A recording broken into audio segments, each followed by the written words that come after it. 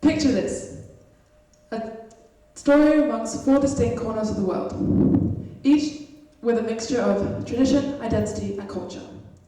From the bustling streets of Tunis to the liberal ambience of Amsterdam, from the chaos of India to the serene landscape of Luxembourg. This was a kaleidoscope of cultures that painted the backdrop of my upbringing.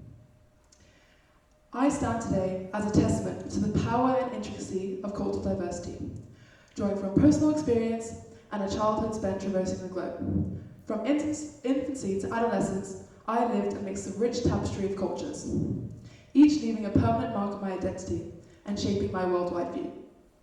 Now, take a moment and reflect on your own journey. How many of you have traversed the globe? Think about the places you've lived in, the languages you speak, or even the diverse cultures you've been part of. Well, I know I'm not the only person to have experienced living in a rich tapestry of cultures. Just imagine an international school like ours in Luxembourg. We have an enrollment of over 1,300 students, each representing 57 different nationalities. Each student provides a unique story, a different perspective, and together we create a vibrant mosaic of cultures right here in this room. Now, let's start off by clarifying what culture is.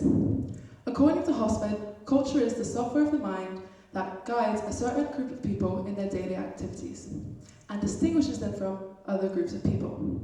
I like to think of culture as an iceberg, like in this image here, with two parts, surface culture and deep culture. Now, surface culture refers to the things that we're aware of and can observe, such as food, clothes, arts, etc. Whereas on the other hand, you have deep culture, which refers to intangible aspects, things that are below the surface, such as ideas, beliefs, and values. Now, earlier this year in my psychology class, we explored cultural dimensions. Cultural dimensions were created by Hofstede. They are a level of variation observed between cultural groups about their values, beliefs, and identities, even the personalities towards other types of groups. There are several key cultural dimensions that Hofstede found, like listed here. For example, masculinity versus femininity. This refers to when a culture either has traditionally feminine qualities or masculine. For instance, the feminine qualities could be quality of life or caring for others, whereas more masculine qualities traditionally could be competitiveness and achievement. This cultural dimension is also often referred to motivation for success and achievement. You also have uncertainty avoidance, which gauges how comfortable a culture is with uncertainty and ambiguity. If a culture has a high uncertainty avoidance, they are more prone to following rules and structure, whereas a low uncertainty avoidance is more comfortable with fluctuation and a change in rules.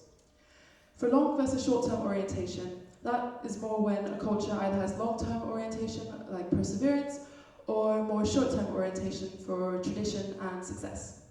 Now, indulgence versus restraint refers more towards how a culture gauges with and responds to pleasure drive. You also have power distance, which explores how cultures respond to authority and inequalities. For instance, if you have a high power drive, then your culture responds better to hierarchical orders and authority, whereas a low power distance, you'd be more prone to going out against inequalities and you wouldn't respond well to authority.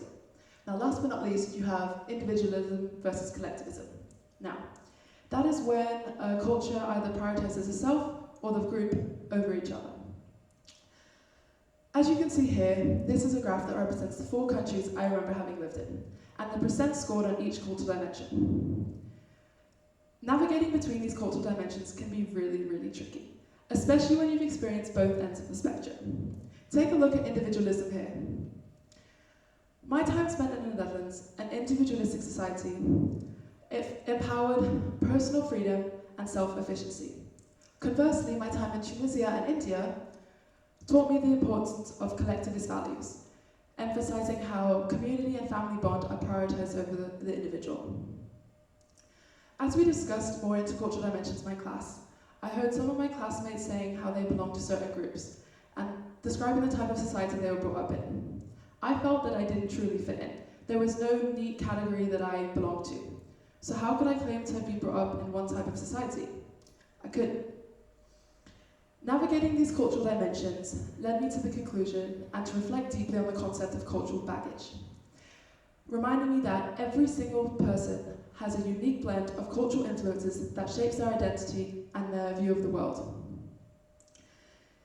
These varied experiences for me were from the subtle nuances picked up from each corner of the world, a Hindi phrase here and a cultural norm there, that helped underscore the richness and diversity of my background. Amongst the rich tapestry of cultures that defines our world underlies one truth. Diversity is not just beautiful, it is our strength. As Kofi Annan once said, we may have different religions, may have different languages, and we may have different coloured skin, but we all belong to one human race. My journey stands as a testament towards the ever-evolving nature of cultural identity.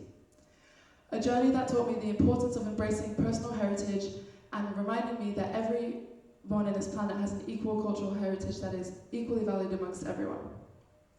So the next time someone asks you, where do you come from? I invite you in joining me in celebrating the richness of our cultural diversity and backgrounds, and reminding you that it's not where we come from that defines who we are, but the journey we embark on to embrace the mix of cultures that defines who we are. Thank you.